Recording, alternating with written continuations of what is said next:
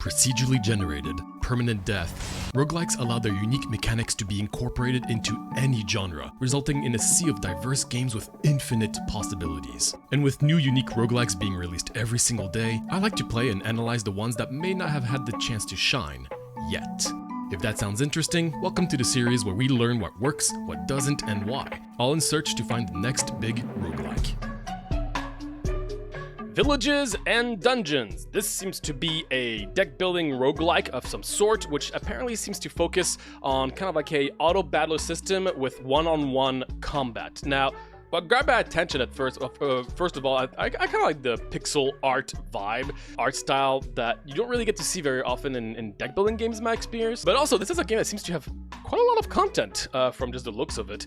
They just released a new patch where now there's like PvP game mode, which I would imagine would be similar to He Is Coming, right? Which was one of my favorite PvP aspects in any roguelike. So I'm curious if they took this angle. This is a game that is currently out, so if you're interested, feel free to grab it. It seems to have pretty good reviews so far, so I'm excited to jump into it. This seems to also be a solo developer, so congrats on that as always. As per usual, I'm going to be playing for a few hours, and then later on I'm going to give my overall thoughts on the game as a whole, so timestamps below if you want to skip ahead. Alright, let's check out some villages and dungeons. Okay, I got kind of a tutorial. It was a little confusing. I wonder if they're going to expand when I would get started. This seems to be kind of like the map. I'm a traveler. There's a bajillion currencies that I'm not going to look into right now. But let's see what happens once we get started. Pick a creature. Is this a creature I'm going to fight or that I'm going to have? I'm assuming it's for me. This effect only activates when energy condition is met. Once it's activated, guess +1/+1, and I think it has a 4-turn cooldown. What about you? After you attack, you get a shield, but it has a little dice icon, which makes me wonder if it's like a 50-50 chance. And what about you? After you attack, you have a magic strike, which inflicts defense-piercing magic damage. Let's try the fire lizard. Card obtained. Hello, little guy. I wonder if you evolve.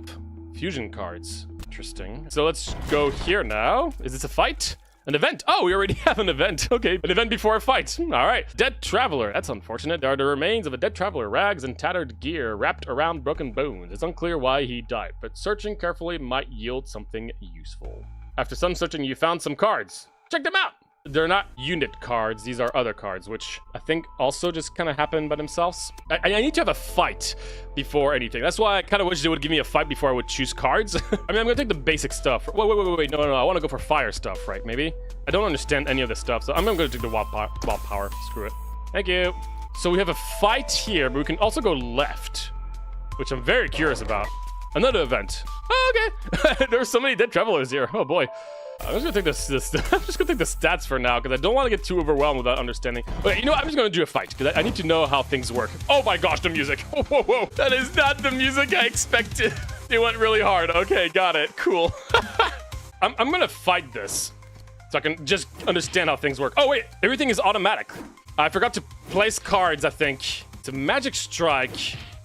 So my magic strike is not activating, but they activated something here. I'm taking poison damage now. Okay, they're dead. All right, so I think I have to put my cards on my deck. There we go. So now things will activate. Now, this did not trigger. And that's because I need the energy condition to be met. Half of my health is gone, so oops. So many dead travelers. I feel bad for them. Cleanse. Heal. Wait, does that heal me? Let's try that. All right, let's see. So this is going to do automatically now, right? So they all have their own cooldown. So this is going to heal me, right? Oh, no, this is going to heal me. So that empowered me. No, okay, it empowered my lizard. Got it. I didn't get the heal, which is unfortunate. So I wonder if the heal is gonna stay where it's at. The cooldown, that would be really nice. Does it say it? Also, there's an order. I do like the fact that there seems to be orders here. All right, did it go? Oh my gosh, it's reset. So I'm dead, right? Because it reset. The timer reset. So it's not gonna reach in time unless I kill him in time.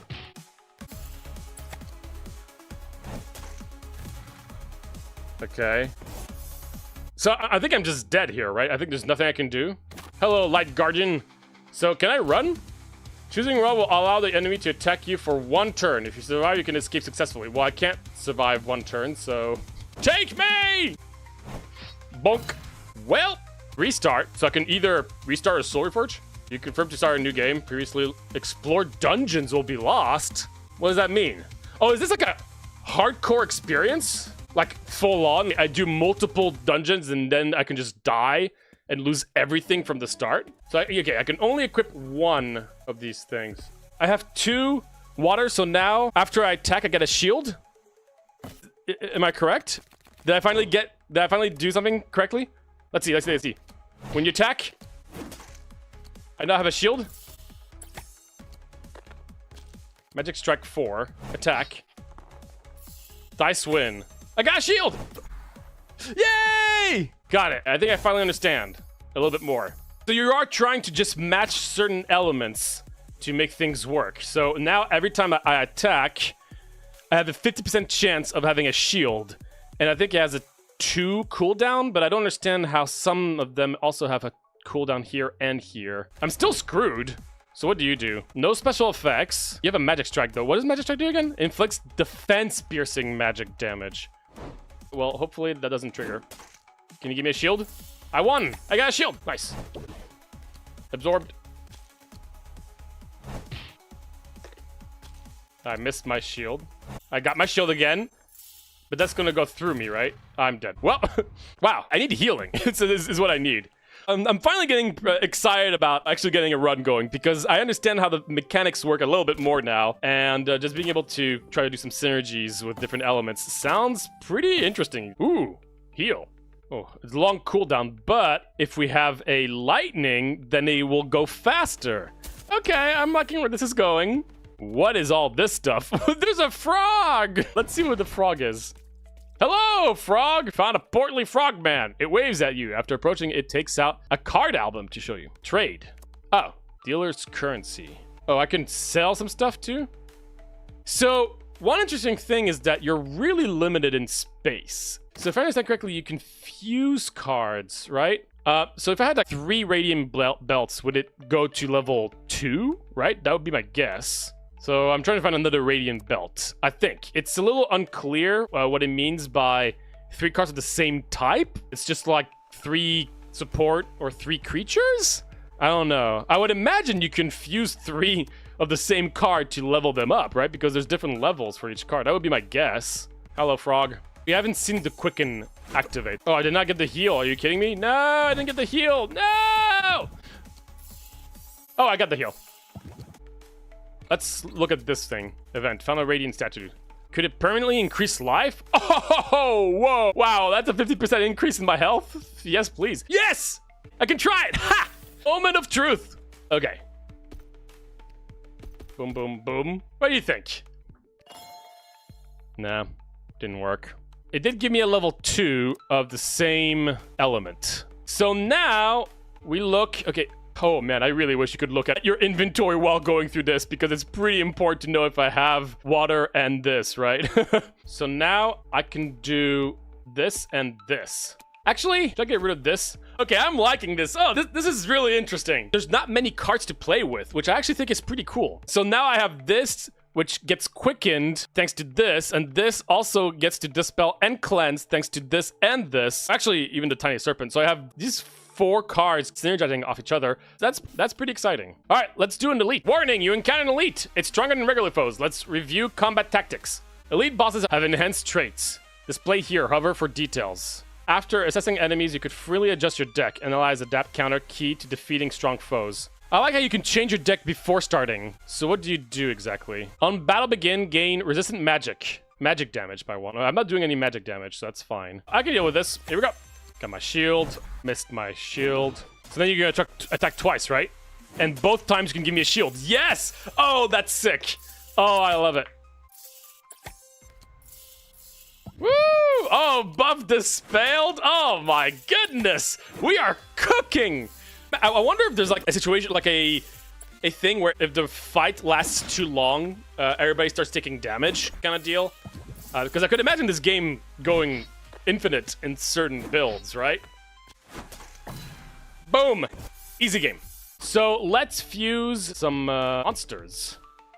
We don't need any of these guys, so let's fuse it. What do we got? Oh man, I really wish you could look at inventory when you fuse. After attacking, heal block. Which in goes will give you shield 2. It's an upgrade. After attack, magic strike. Every single time. Cool. Oh, it deals 0 damage. Interesting. So now I've got a completely different build, right? This is so interesting. I'm really liking this system. What do you do? Plus 10 HP. That's fine. It's just gonna heal a million times. That's fine. I don't care. It's just gonna be a long fight, but it'll be fine. Oh my gosh. This is gonna take a while. But I've got crazy defense, so I'm kind of okay with it. Almost there. All right. Nice. Loot acquired. And we get to grab one of their cards. We gotta heal. All right. This game clearly has a lot of things to offer, and I think I'm only scratching the surface, so I'm gonna continue playing on my end, and I will circle back in just a moment. All right, so I ended up continuing that run. I went pretty far, then eventually, unfortunately, lost the run, and then I went back into the hub and checked out a lot of the stuff that the game has to offer. So there's quite a lot in this game, so let's just jump into it. So the gameplay is effectively a combination of quite a few things. It's an auto battler. What I like about the way that the game handles this auto battle system is that you're not constantly just getting more and more and more stuff into your deck and just building a huge arsenal of like possible builds, so to say. You're very limited space-wise. You basically only have 4 support cards in one unit at all times, which actually is really interesting. A lot of times, it's always scary for me to have a roguelike that limits the player with the space, because effectively, then you're restricting more things to happen. You're restricting more chaos, which a lot of times be a negative side. But in this game, it's all about choosing the right card combinations, and you're constantly going to be switching those cards around, which is really exciting. Every 5 or so fights in the mid-game, I was looking at all the cards that I collected, and I was starting to make more powerful cards that I then could just flip with cards that I had in my current build. And then I realized, oh, well, now if I have this, I have a different element that I want to synergize with something else, and it just constantly refreshes your build. It's really unique, and honestly, I think this game's biggest pro is just this very unique gameplay system of constantly just cycling through different cards with your very minimal inventory, so to say. It's very unique, and it's really, really cool, in my opinion. Now, the game has a heavy focus on elements, right? So a lot of cards need to synergize with other elements, which again opens up really the whole strategy around making sure you have the right combinations to go together, which I understand why there's not many more slots, because then it would be a little overwhelming. There's a part of me that wonders if I could have an extra slot, maybe, because I think it'd be even cooler. But this is also a game that I realize really does get better the more you play. I really felt like I was only scratching the surface. Now, it being an auto battler, it means you're just letting things happen, and naturally, you know, it's fairly simple and kind of peaceful, all things considered. It's all about the strategy of building the deck and then just letting things happen. You can run in the middle of battle if you see things don't go well for you. The game is very generous in that regard. For that matter, the game is just overall really generous in terms of making sure that you don't, you just end your run. And I wasn't completely sure why at first, and then I realized this game is actually a permadeath hardcore experience, similar to games like Mortal Sin. Once you clear a dungeon, you go back to the hub, and you still have the same card, you still have the same stat, you're still in your run. You're doing multiple runs in a row, so losing your full run is a big deal because you lose a lot of progress. Now, in the meantime, you still do uncover permanent progression, but runs are really long. You can die and you can resurrect as many times as you want as long as you have currency, which at first I thought it was going to be like a app kind of game. It does look a little app-ish with the amount of currencies that are available, and overall the fact that if something doesn't go well, you can spend some of that currency to resurrect yourself. That's a little weird in my opinion, and ultimately it's not an amazing design to me because of the fact that the mistakes aren't a major deal if you have currency. So the more you play, the more you don't really care if you just die, so it doesn't feel as threatening when you have to take on a really important foe. That aside, it was quite nice to just have a a long run and just to see cards just get better and better and seeing more cards. This game definitely does require needing to have a lot of content, a lot of different cards. With this kind of gameplay and the way the game works, it really does depend on the amount of stuff you're going to be encountering. If you start seeing duplicates all the time, this game would get pretty annoying because it constantly gives you card. Luckily for them, there is a lot of cards. So that's awesome. And I was constantly just excited to see the new cards and new effects that I could combine with. The mystery around what was next was really exciting to me. Now, the roguelike elements, the run itself, there's a lot to talk about, and so I'm not going to spend too much time on it. Ultimately, once again, you've got all your cards. That's where the main stuff is. There's not really relics like Slay the Spire, which I thought was kind of missing. Now, I actually did realize that once you clear an entire dungeon in the hub, you can then buy some of these passive effects, but they're really minimalistic. They're whatever. The game just relies on cards, and that's really all the focus. There's a lot in this game. You've got a bunch of different currencies, you've got rune stones, you've got your passives, you've got different health, you've got blah, blah, blah, but ultimately, it's the cards that matter. So from a roguelike standpoint, it's okay. The dungeons do get, after a while, a little repetitive because there's a lot of events, but all the events are actually just, there's a dead adventurer, pick up their stuff. So I wish there were actually more unique events that would give you passive effects, just the permanent stuff similar to Slay the Spire. One thing I thought was pretty cool is that the dungeons you can really expand, and there's a lot of healing spots, but once you use those healing spots, you can't use them anymore naturally, right? So you can just leave healing spots behind and strategically do a fight and then come back to it and heal and just move on. There was actually some pretty interesting movement option, but I do wish it was more of a tree instead of just like a line with lines like that. I thought it could be more interesting if things were more connected. It's a little thing, but. So how fun are the fights, right? Once you have your build and it's satisfying and you see things happen, this is a game that is, again, just one build versus another. Who's gonna win? These kinds of games are fairly tricky to design because you might just have a really, really powerful build that just works against everything, and then there's just one build that just counters it, and you just lose to it. Now, one cool thing in this game is, again, since you have a lot of cards at your disposal, and when you see a fight, you can change your build right before the fight, which is awesome. You can look at what you're facing and change accordingly. That's really cool. But a lot of times, you're not gonna have a lot of multiple builds in your inventory, right? You're mostly going to be focused on one, and sometimes maybe have a secondary thing in case something happens. I had a situation where, yeah, it was like a heal heavy deck and it felt really cool, and then I had an enemy that could just stop all my healing. That didn't feel great. It was just a full-on counter where it didn't feel super fair. So that's going to happen in these kinds of games, and that's just the nature of these games. And I think all things considered, with these kinds of obstacles that these kinds of games face and design, I think they did a really good job in this one. Now, let's talk about the elephant in the room, the AI. Now, I'm not going to get too much into this whole AI conversation. I am not much of a pro AI person for a lot of reasons as an artist in many different fields. I do struggle with developers using AI, especially if it's used a lot. Now, in this game, it does feel like AI was used quite extensively for art, and I think music and potentially also audio, which is just a lot. And I can see it, I can hear it. And on one end, I don't like that. But on the other, I also understand that this is a solo developer. So I get it, right? As a solo developer, it's a lot of time, it's a lot of work to do these games. And sometimes if you don't have the time or the money, it's hard to be able to get an artist to do your music, get an artist to do all your art, when a program could just do it all. And thanks to that, this developer was able to create a crazy amount of cards, which is really the whole fun of it. If they didn't have AI, they wouldn't be able to do that. So I understand, but on the other hand, I do struggle with that personally. Some people might not as much, and some would a lot. I'm not going to try to persuade people on any kind of point of view. Ultimately, I'm here to talk about the design of the game, and I think the design of the game is pretty cool in terms of the gameplay. I wish in a perfect world there was an AI used for this because it's pretty clear and it can be a little much at times. Let's jump into the audio visuals in that regard. So not only is there a lot of AI used, but also it feels a little disconnected at times. Some of the AI just feels like not everything feels very connected, and The music I struggle with quite a bit. Now, I'm not 100% sure if the music is fully AI, but the music feels a little too intense to me. I don't know, I was quite surprised. I was actually laughing because of how intense the music was.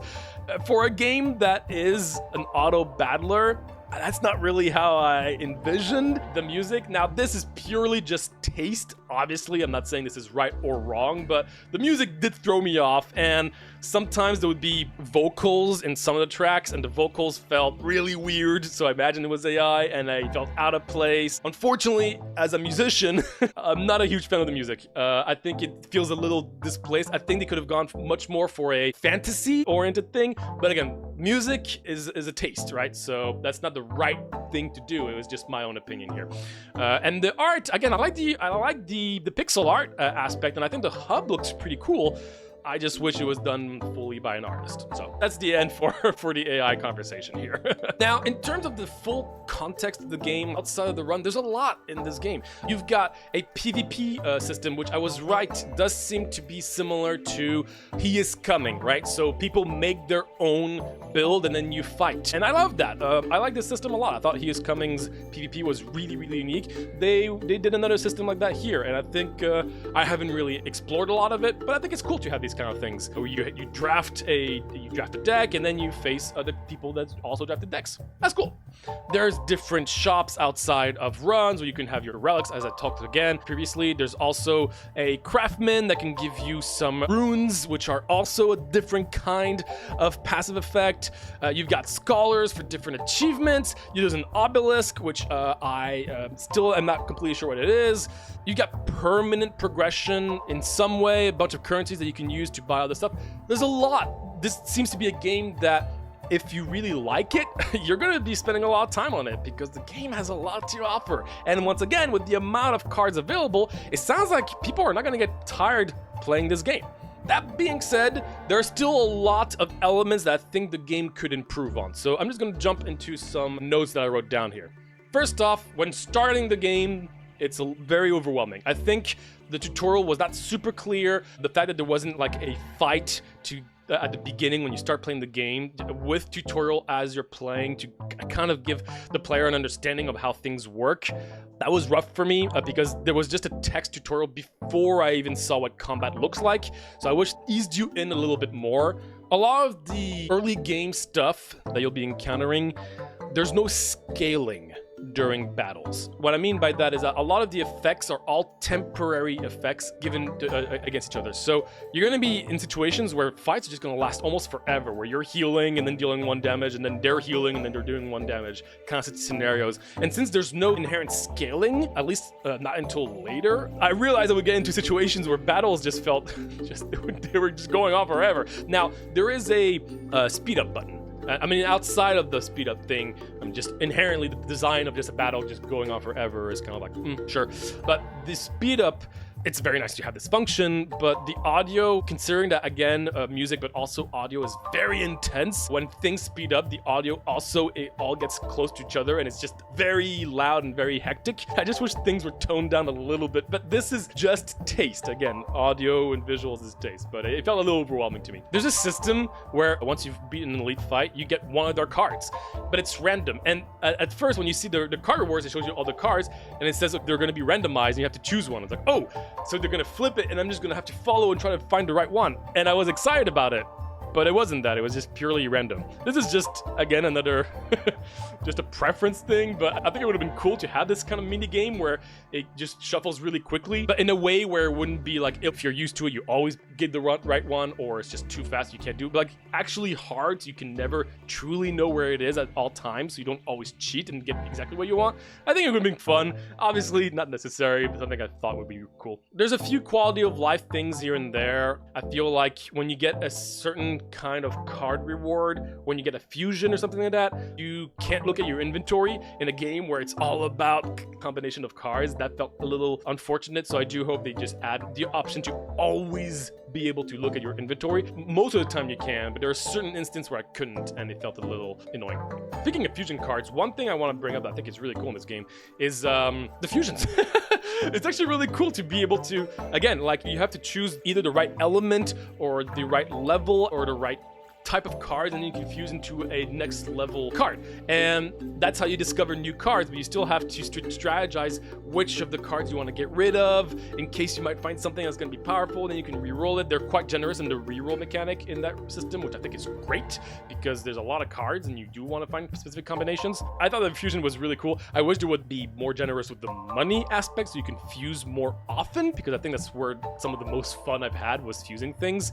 But I had a blast with that mechanic, just discovering so many things through fusing stuff. But yeah, overall, Villages and Dungeons is a weird game. It has some really interesting and unique gameplay, which I love. I thought it was really exciting. I was having a blast just going and just changing my build all the time. That's something I don't see very often. Usually when you do a deck building game, you start building towards a build and then you stick to it. But here you constantly switch from one to another throughout runs, which is awesome, really exciting. And with the amount of content, it really keeps you engaged for a while. Now, the whole AI thing to me is a little, does turn me off a little bit, but again, that's just another conversation.